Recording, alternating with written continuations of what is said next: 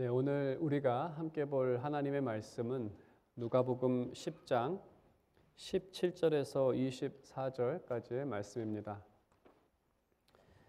제가 봉독하고 마지막 절인 24절만 함께 읽도록 하겠습니다. 누가복음 10장 17절에서 24절에 기록된 하나님의 말씀입니다.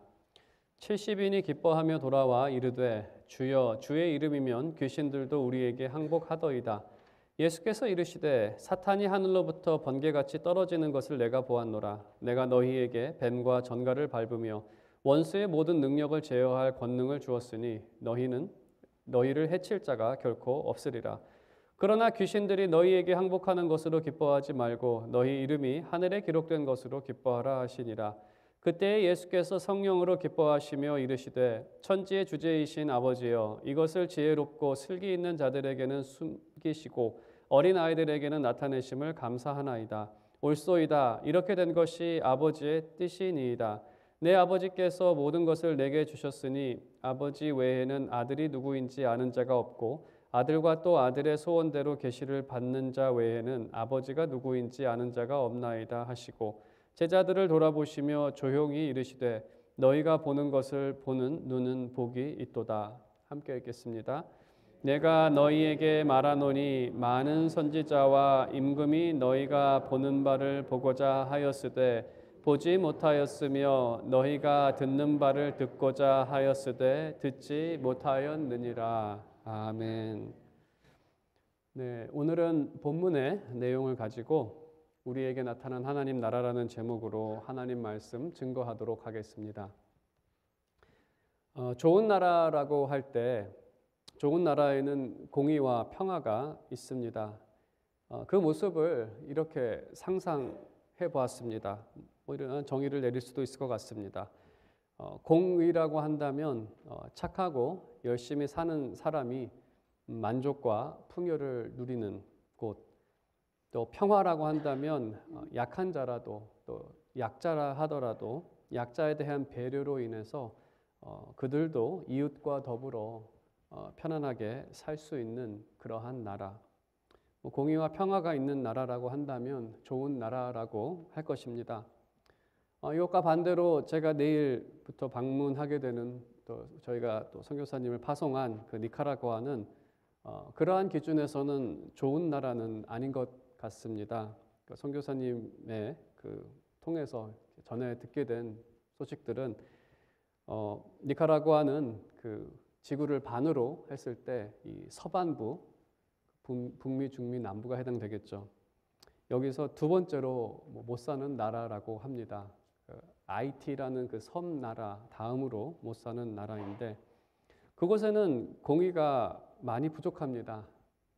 열심히 노력해서 큰 기업을 이루면 고위 공직자가 뺏어가는 나라, 다른 사람 배불리는 그러한 나라이고 또 평화가 없습니다. 약자에 대한 배려는 없는 그러한 나라입니다. 사실 우리가 세상의 나라들을 쭉 돌아본다면 조금의 차이는 있을 뿐 정말 완전한 그러한 나라는 사실 없습니다. 어디서든지 약자가 배려를 완전하게 받는 나라는 존재하지 않고 착하고 열심히 삶을 살아도 그것에 따르는 만족과 풍요를 누리는 것 또한 운이 있어야 된다라는 말처럼 그러한 완전한 나라는 참 보기 어려운 그런 상황을 보기 어려운 것 또한 현실입니다. 하나님께서 세상을 창조하셨을 때 하나님께서는 좋은 나라를 꿈꾸셨습니다. 그래서 자신의 형상을 따라 인간을 지으시고 모든 피조물들을 다스릴 왕으로 그 인간을 세우셨습니다. 그것은 하나님의 바람이 좋은 나라를 꿈꾸셨기 때문에. 하지만 죄로 인해서 사람은 그러한 나라를 만들지 못했습니다. 이러한 이 배경, 이것을 이제 죄의 배경이라고 하죠. 세상에는 죄가 관여하기 때문에 그러한 나라를 만들지 못한다는 것.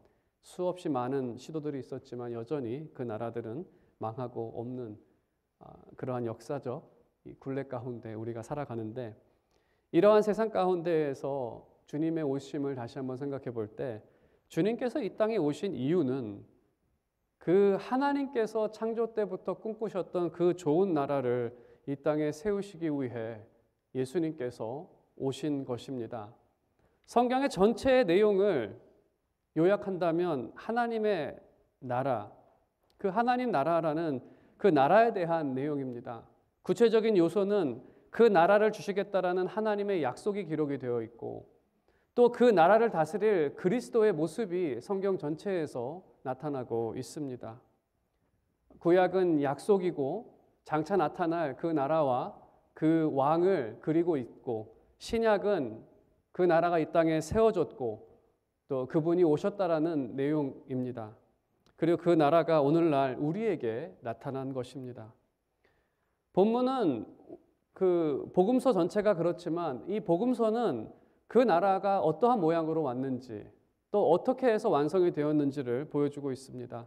그리고 오늘 우리가 읽은 본문도 우리에게 나타난 그 나라가 어떠한 나라인지에 대한 그 성질과 또 누가 참여하고 또 어떻게 해서 참여하게 됐는지, 이러한 내용들이 기록되어 있습니다. 그럼 그 나라가 어떠한 나라인지 오늘 본문을 통해 살펴보기를 원합니다. 먼저 17절에서 20절의 내용은 전에 한번 설교한 부분이라서 그 핵심만 말씀을 드리겠습니다. 2017년, 그러니까 찾아보니까 2017년 2월에 설교한 본문입니다. 우리가 지난주에 본문에서 예수님께서는 70명을 파송하셨습니다. 그리고 오늘 본문은 그 사역을 마치고 주님께 돌아와서 보고하는 내용입니다. 그들의 보고 내용을 보면 그들은 사역에 성공했습니다. 하나님의 나라가 능력으로 나타났습니다.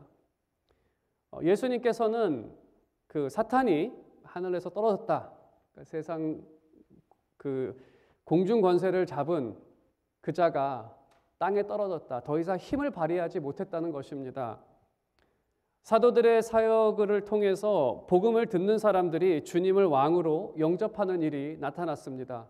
사탄이 공중권세 잡을 때에는 그가 많은 사람들을 노예로 잡고 있었지만, 복음이 전파되었을 때 사람들이 그를 버리고 주님을 왕으로 모시기 시작한 일이 시작됩니다. 그리고 그들이 하나님 나라에 참여하여 하나님 나라를 맛보게 됩니다. 정말로 기뻐할 일이죠. 정말 사역을 했더니 그것에 대한 열매가 맺혔기 때문에 기뻐할 일입니다. 하지만 이 17절에서 20절의 핵심은 20절에서 말씀하고 있는 것처럼 주님께서는 이 사역의 성공으로 기뻐하지 말고 너희들도, 그러니까 사도들이죠, 너희들 자신들도 하나님 나라의 백성이 되었다는 사실로 기뻐하라고 말씀하십니다. 그들도 사실 하나님 나라의 복음을 전하지만 사실 그들도 먼저 하나님 나라의 축복을 누린 사람들입니다. 그 사실을 기뻐하라는 것이죠. 교회가 복음 사역을 하고 하나님 나라의 사역을 하면서 긍정적인 결과를 얻을 수 있습니다. 복음을 선포할 때 많은 사람들이 회개하고 주님을 영접하는, 자신의 왕으로 모시는 일들이 나타납니다. 그리고 그들에게 회복이 일어나고 관계가 회복되어지고 가정이 회복되어지고 또 그들의 육신이 또 건강해지는 그러한 일들도 나타납니다. 그리고 그들이 회복되고 하나님 나라가 그 가운데 나타날 때 그들 사이에 하나됨과 일치가 나타나고 사랑의 공동체와 또 교제들이 이렇게 열매로 나타나는 이러한 일들은 이 사역을 하는 일꾼들에게는 큰 기쁨이 될 것입니다. 하지만 주님께서 말씀하신 것은 그들에게, 일꾼들에게 그보다 더 큰 기쁨이 있다는 것, 그것은 하나님 나라의 백성이 되었다는 사실, 너희가 하나님 나라의 백성이라는 그 사실, 그 기쁨은 절대로 빼앗기지 않을 것입니다. 이 세상에 무슨 일을 만나건 또 우리가 했던 일들이 성공할 때도 있지만 또 그렇지 못할 때 해도 이 하나님 나라의 백성이 되었다는 이 사실이 변하지 않기 때문에 20절에 기록된 말씀되어 있는 것처럼 그것이 하늘에 기록이 되어 있기 때문에, 하늘에 기록이 되어 있다는 것은 이 땅에서 만나는 어떠한 일도 하늘에 기록된 이름을 지울 수 없다는 것입니다. 그 사실로 인해 기뻐하라는 것이죠. 이제 21절 이하 말씀을 조금 더 깊게 살펴보겠습니다. 주님께서는 먼저 하나님께 감사의 찬양을 드리십니다. 하나님 나라가 선포되었을 때 사람들이 그 선포를 듣고 하나님 나라에 참여했기 때문입니다. 감사의 내용을 보게 되면 이 하나님 나라를 참여하게 된, 또 이 나라를 알고 믿고 참여하게 된 사람들은 지혜나 슬기 있는 자가 아니라, 여기서 슬기라는 것은 그 헬라어를 직역을 하면 이해력이 있는 사람을 의미합니다. 어떤 지적인 사람, 그러한 사람이 이 하나님 나라에 참여하는 것이 아니라 어린아이, 정말 예상치 않은 그러한 사람들이 이 나라를 알게 되었고 믿게 되었고 참여하게 되었기 때문에 하나님께 감사를 드립니다. 우리가 먼저 이 누가복음을 보면서 혹시 나중에라도 누가복음을 묵상하실 때 늘 그 수신자를, 이 복음서를 처음 받아본 사람을 좀 생각하시면 이해하는 데 도움이 됩니다. 이 서신으로 되어 있는 복음서를 받아본 사람은 데오빌로입니다. 1장 1절에 말하고 있죠. 데오빌로에게 전달한다. 그 사람은 복음을 듣고 믿어 하나님 나라의 백성이 된 사람입니다. 누가는 그에게 자신이 믿고 있는 그것에 확신을 더하기 위해서 이 복음서를 기록한다고 자신의 의도를 말하고 있습니다. 누가복음에 기록된 데오빌로처럼 우리도 주님을 눈으로 본 사람은 아닙니다. 우리도 누군가를 통해서 복음을 귀로 듣고 그것을 믿고 예수님을 왕으로 영접하여 하나님의 백성이 되었습니다. 그것은 우리가 똑똑하거나 남보다 뛰어나서 복음을 깨달은 것이 아닙니다. 그렇다고 전달한 사람의 어떠한 탁월함도 아닙니다. 다른 복음서와는 달리 70명을 보내셨다. 여기서 나타난 이 열매는 12제자가 어떤 능력을 베푼 것이 아니고 이름도 모르는 이 70명의 사도들이 사역을 해서 이러한 결과를 맺어진, 이 사실을 언급하는 것은 그들이 복음을 깨달은 것이 어떤 전달한 사람의 탁월함도 아니라는 것을 우리에게 알게 하기 위해서 70명의 이 사건을 우리에게 말하는 것이죠.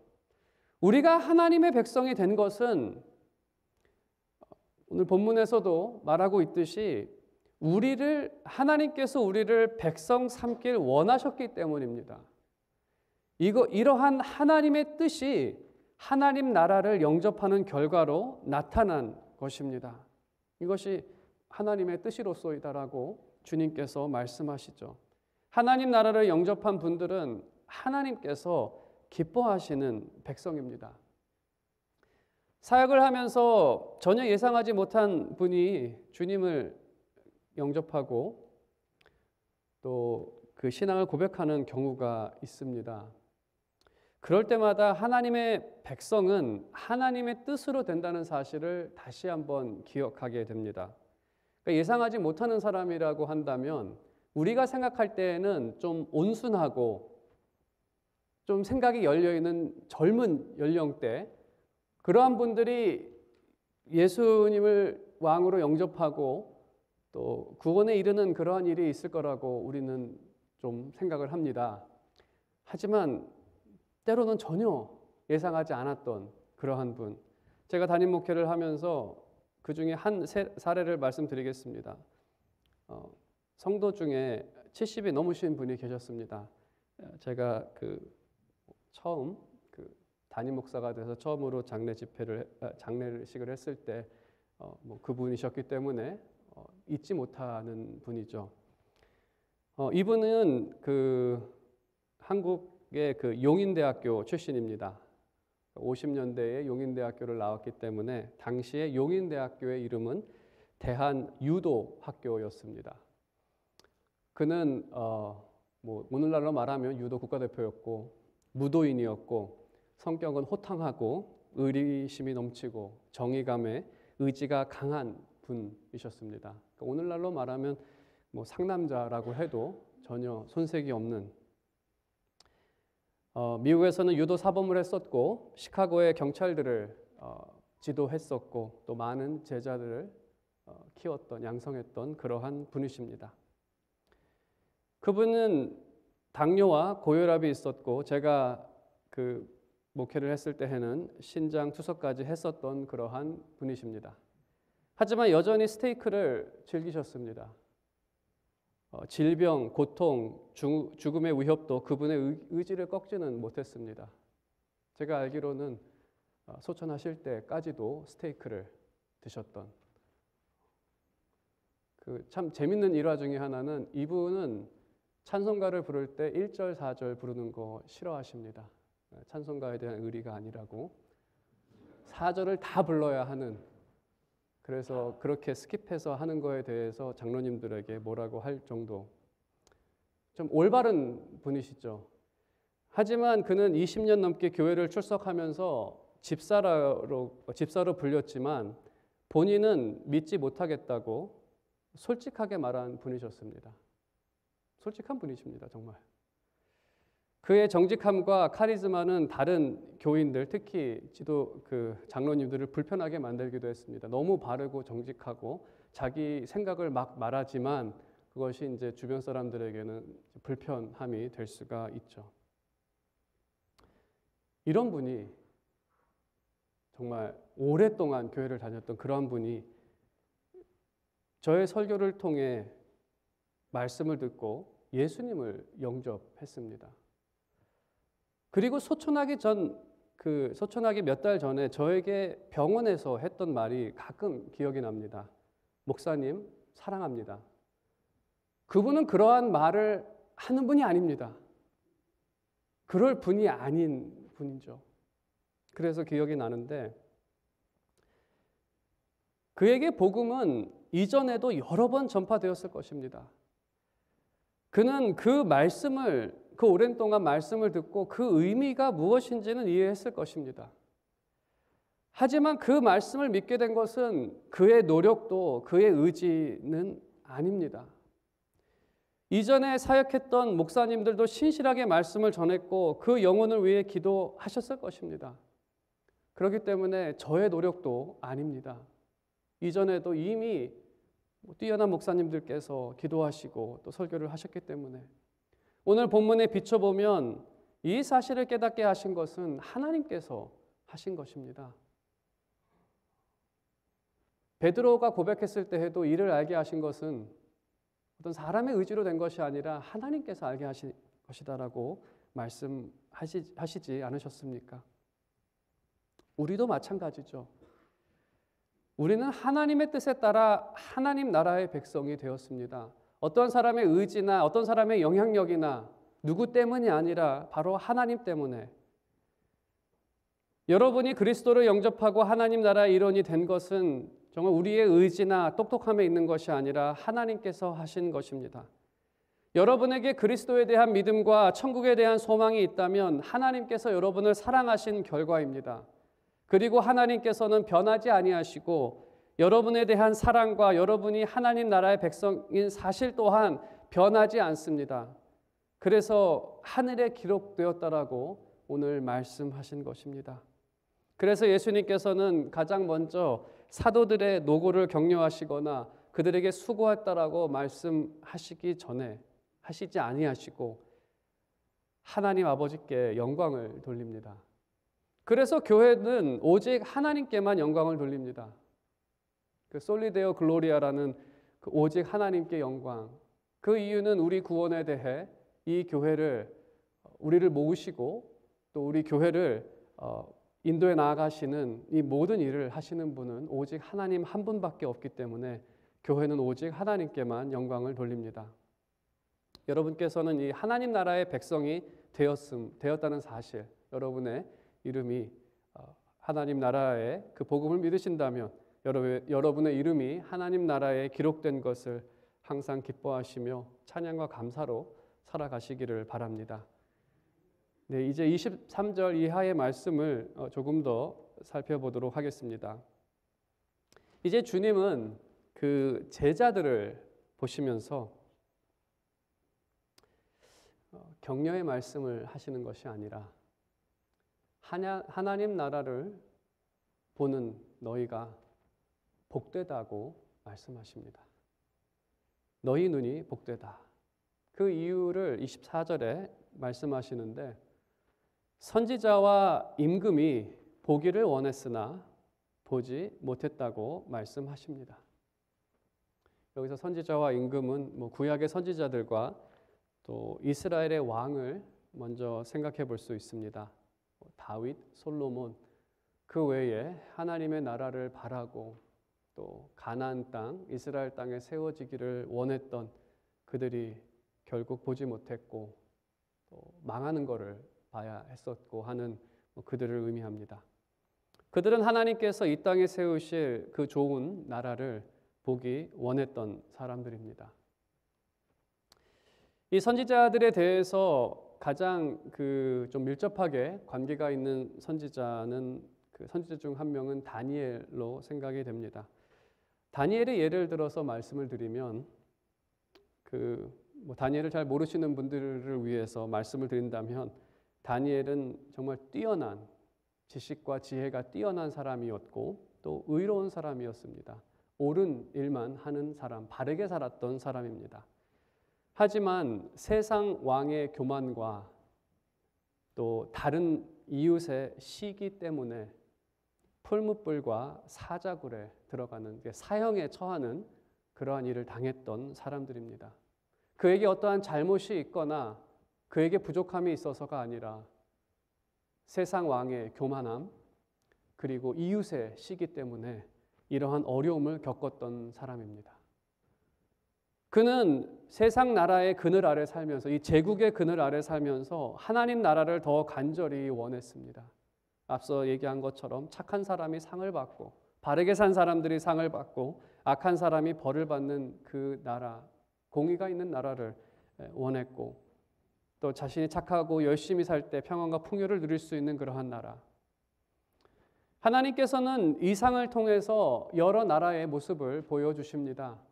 바벨론의 모습과 페르시아, 또 그 후에 그리스, 로마 계속해서 나라들이 세워졌고 이러한 나라들이 올 것이다라고 다니엘에게 말씀하십니다. 각 나라들은 이전의 나라를 멸망시킨 후에 그러니까 페르시아가 바벨론을 멸망시켰고 그리스가 페르시아를 또 그리스를 세우고 또 로마가 그리스를 정복해서 로마를 또 세우는 그렇게 이전 나라를 멸망시킨 후에 나라를 세웁니다. 세상 나라의 역사가 반복적으로 일어난다는 것을 보이십니다. 그리고 마지막 앞에 있는 모든 나라를 무너뜨리고 완전히 새로운 종류의 새로운 나라가 세워집니다. 그러니까 다니엘이 이상을 통해서 바라본 것이죠. 그 나라를 성경에서는 아주 큰 나무로 비유를 합니다. 아주 큰 나무인데 그 나무를 많은 새들이 그 나무를 찾아서 그 나무의 둥지를 만들고 그 안에서 안식하고 쉼을 얻는 그러한 그림을 보여줍니다. 바로 그 좋은 나라가 정말 찾아오는 모든 사람들에게 안식을 주는 그러한 나라가 될 거라는 이상으로 보여주신 모습이죠.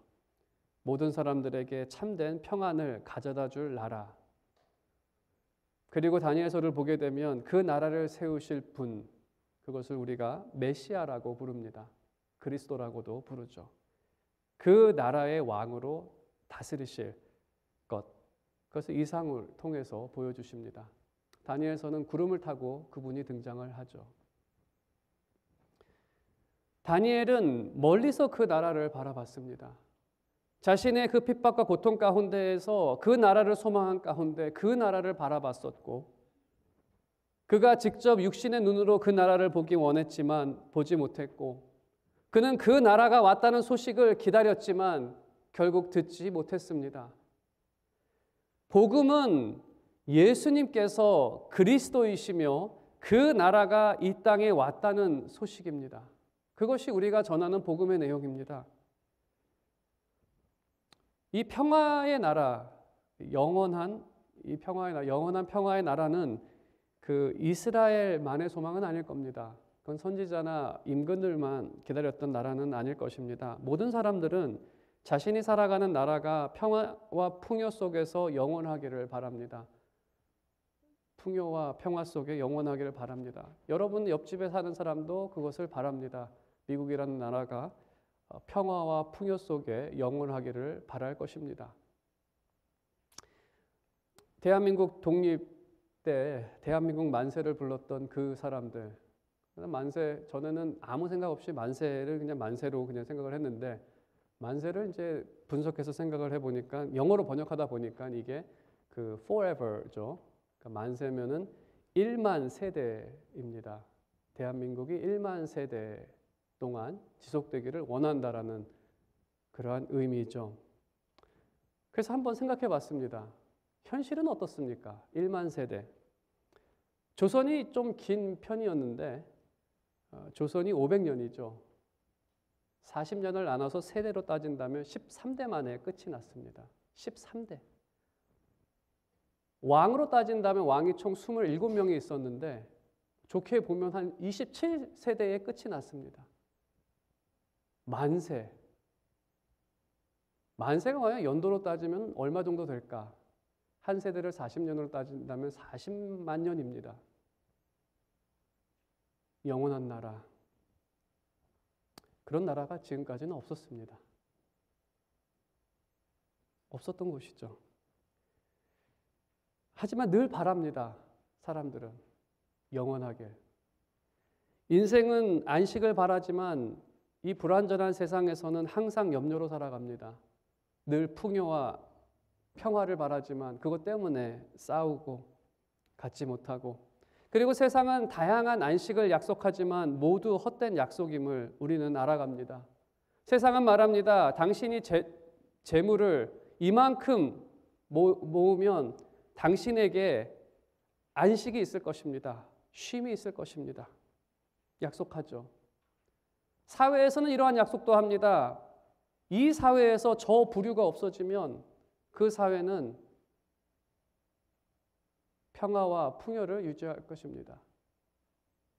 과거에 나치라는 세력이 없어지면, 공산국이 없어지면, 어떤 부류들이 없어지면 계속해서 어떠한 약속을 하지만 정작 그들이 없어졌을 때 이 땅에는 영원한 나라가 세워지지는 않았습니다.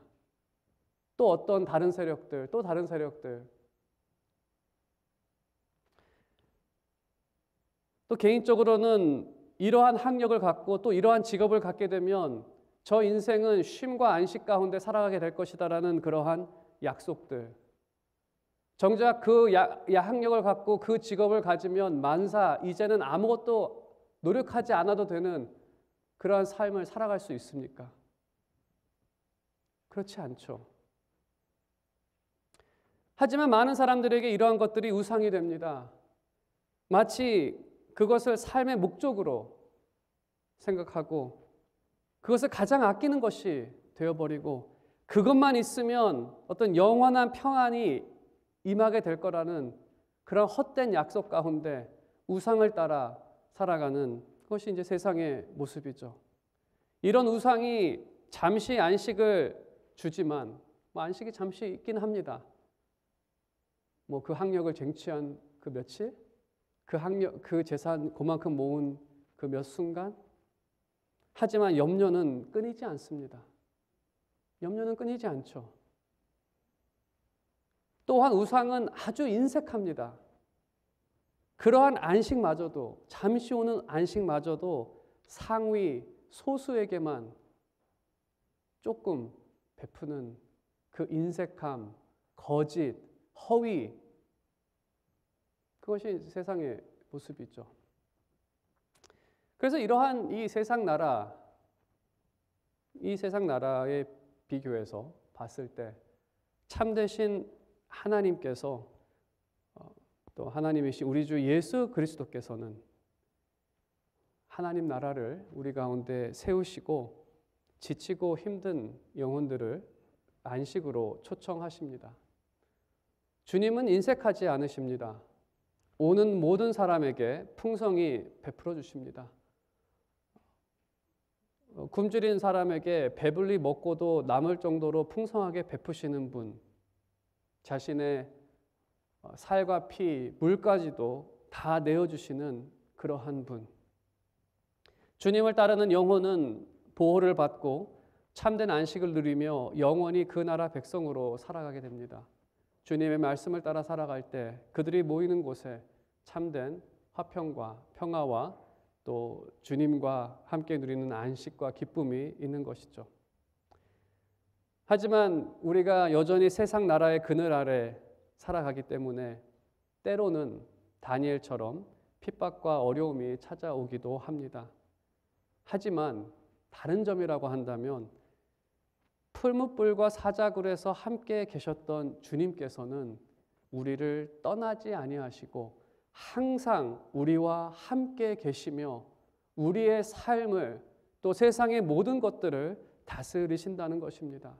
그래서 세상의 폭풍 속에서도 하나님 나라의 평화를 누리며 살아갈 수 있고 우리가 간구할 때마다 들으시고 응답하셔서 이 하나님 나라 안에 살아가는 이 기쁨을 날마다 더하십니다.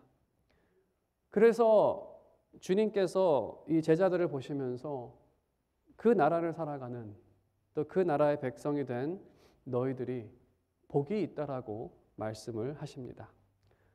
오늘 말씀의 결론을 맺겠습니다. 인간이 가질 수 있는 최고의 기쁨은 바로 하나님 나라의 백성이 된 일입니다. 하나님 나라의 백성이 된 것은 사람의 의지로 된 것이 아니라 하나님께서 기뻐하시는 뜻입니다. 그리고 그들의 모임인 교회는 모든 영광을 하나님께만 드립니다. 누구 때문이 아니라 당신이 수고했기 때문이 아니라 정말 하나님이 우리 가운데 이 일을 이루셨습니다. 그분을 높입니다. 하나님 나라를 소유한 우리는 복이 있는 사람들입니다. 구약의 성도들이 멀리서 바라보며 환영했던 나라를 오늘날 우리는 살아가고 있습니다. 하지만 이 땅을 살면서 죄로 인해 그 나라를 완전하게 즐기지는 못합니다. 우리가 기도를 통해서 하나님께서 은혜 주시고 그것을 맛보며 그 힘을 가지고 소망을 가지고 살아가지만 그래도 세상의 그 그늘 가운데에서 때로는 우린 또 어려움과 힘듦을 당합니다. 하지만 우리가 구할 때마다 주님께서는 우리로 그 나라를 누리게 하십니다. 그래서 우리로 하나님의 나라를 구하며 살라고 말씀하십니다. 진정으로 제가 바라는 것은 하나님 나라의 영광과 기쁨이 여러분의 삶에 넘치기를 주님의 이름으로 축원드립니다.